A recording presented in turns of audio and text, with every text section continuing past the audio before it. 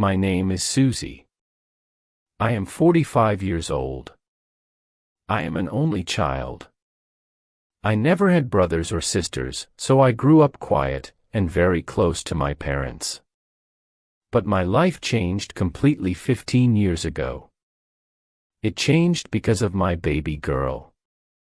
Her name was Emma.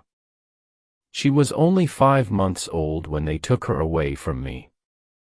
At that time, I lived with my husband. Daniel is kind, but weak.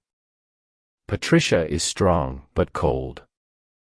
She doesn't like me. She says I make her nervous. She says I control her home. It is not true. Today, we argued again. She shouted. Daniel stayed silent. I felt invisible, like a ghost. Then she said, "You should leave. This house is not for you anymore." Daniel looked down. He said nothing. That silence broke my heart in two. So I packed my bag, a few clothes, some money, and Emma's baby bracelet.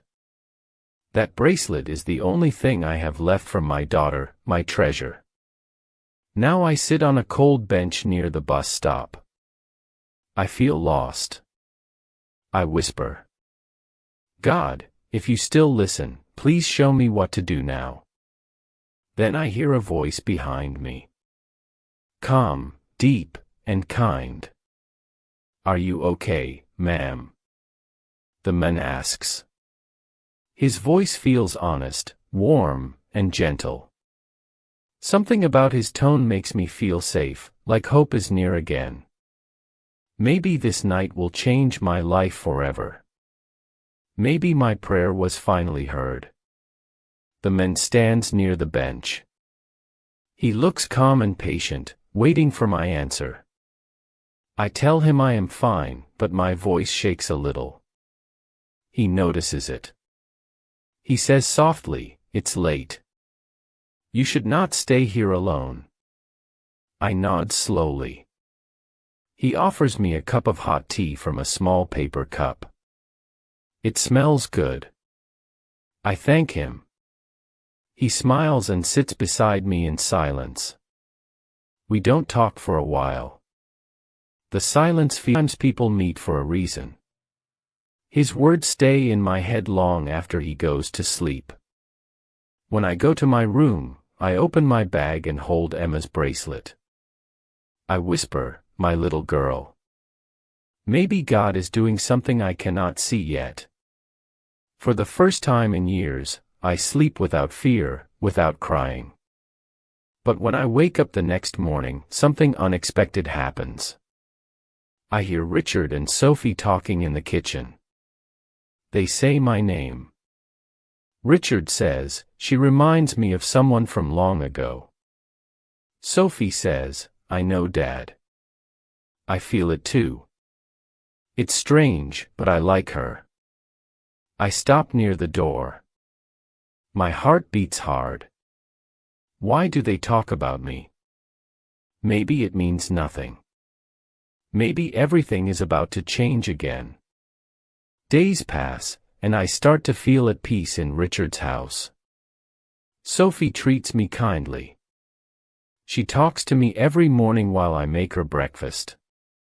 She tells me stories about her father. He raised her alone since she was a baby. I ask where her mother is. She says, "She died when I was very young." Something inside me hurts when I hear that. I don't know why. Maybe because I lost my daughter too. Or maybe because life repeats itself.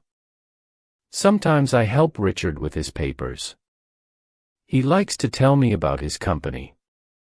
He says he works hard, but doesn't care about money anymore. He says, people are more important than success. I like how he thinks. He doesn't know all letters. The same word. Emma. I sit on the bed, shaking. Tears come without control. My whole body feels weak. Could Sophie really be my daughter? Or is life playing another trick on me? I don't know what to do. Should I tell Richard? Should I ask Sophie? What if I'm wrong? What if I destroy their peace for nothing? I hold both bracelets in my hands and pray again. God, help me see the truth. Then I hear footsteps outside my room. It's Richard. He knocks softly and says, "Susie, can we talk? There's something I need to tell you." Richard stands at my door. His voice sounds calm, but I feel something different behind it. I open the door slowly. He looks at me with quiet eyes full of thoughts. He says, "Susie, please sit. I need to tell you something important." My hands feel cold. My heart beats fast. I don't know if I'm ready. He sits down and says, "I didn't tell you everything about me." I stay silent. He continues, "I didn't want you to see me as a rich man." I nod slowly. I already knew, but I let him speak. He says, "I wanted you to know me for who I am, not what I have." His words touch me. They sound honest. They sound human. Then he looks down and whispers, "But that's not all. There's something else." I hold my breath. He takes a deep one and says, "My daughter is adopted." The world stops for a moment. I can hear only my heartbeat. He says, "I adopted Sophie when she was a baby. She was only 5 months old." My eyes fill with tears, but I try to hide them. He continues, "Susie. It's true. I can't breathe. My knees bend. Tears fall. My baby. My Emma is alive, but before I can say anything, Sophie walks in and asks, 'What's going on?' Richard turns to her speechless. My heart stops. It's time to tell her. Sophie stands at the door confused. She looks at us and asks again, "What's going on?" Richard holds the paper in his hand. He looks at me, then at her. I take a deep breath. My voice shakes as I whisper, "Sophie, I need to tell you something." She looks worried. "Are you sick?" she asks. I shake my head slowly. "No, my dear," I say. "It's about who I am and who you are." Richard steps closer to her. He says, "Sophie, Susie did a DNA test." Her eyes open wide. "A test? Why?" she asks.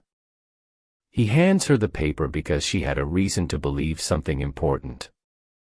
Sophie reads the result. Her hands start shaking. "What does this mean?" she whispers. I say softly, "It means, I am your mother." The room goes silent. Time feels frozen. I can only hear my heart. Sophie drops the paper and covers her mouth. "No, is that true?"